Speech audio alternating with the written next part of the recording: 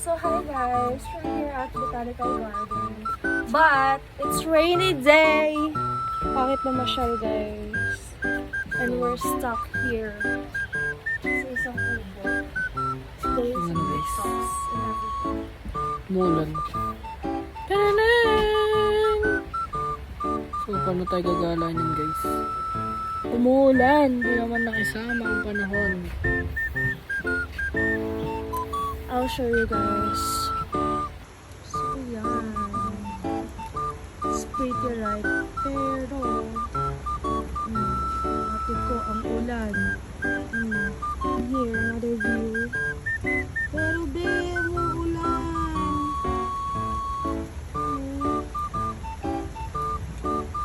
So here, we're stuck in here. Balab. Mulan, guys. Sobrang lakas ng ulan. Look at that.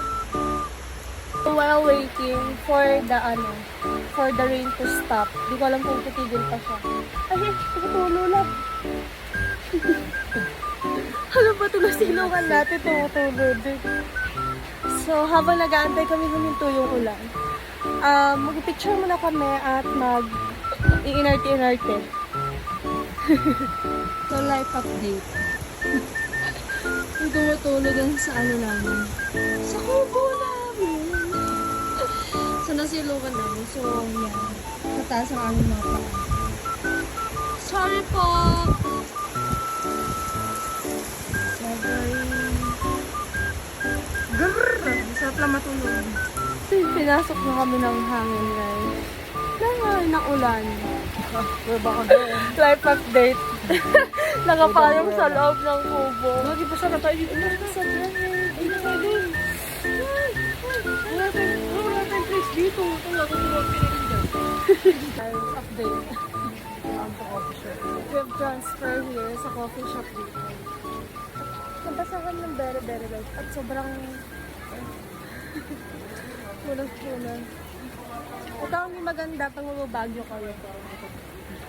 Iwasan nyo yung month ng May and June. Ayan. Ay! See, sayang naman yung view. Life update. Ito transfer kami. Evacuation. Evacuating us. Transfer.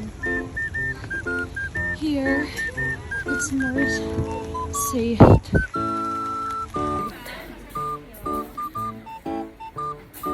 Medium Good Shepherd, ma'am. Dito may pitoy sandaan tayo, ma'am. Sa luto.